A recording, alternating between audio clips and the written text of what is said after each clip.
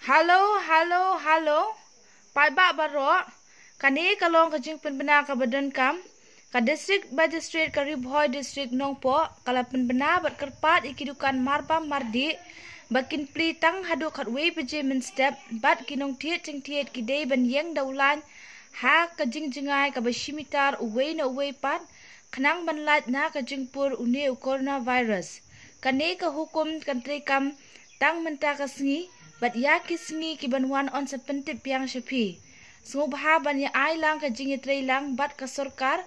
Kenang bangila banyak lek persya ya kani ka jingpang COVID-19.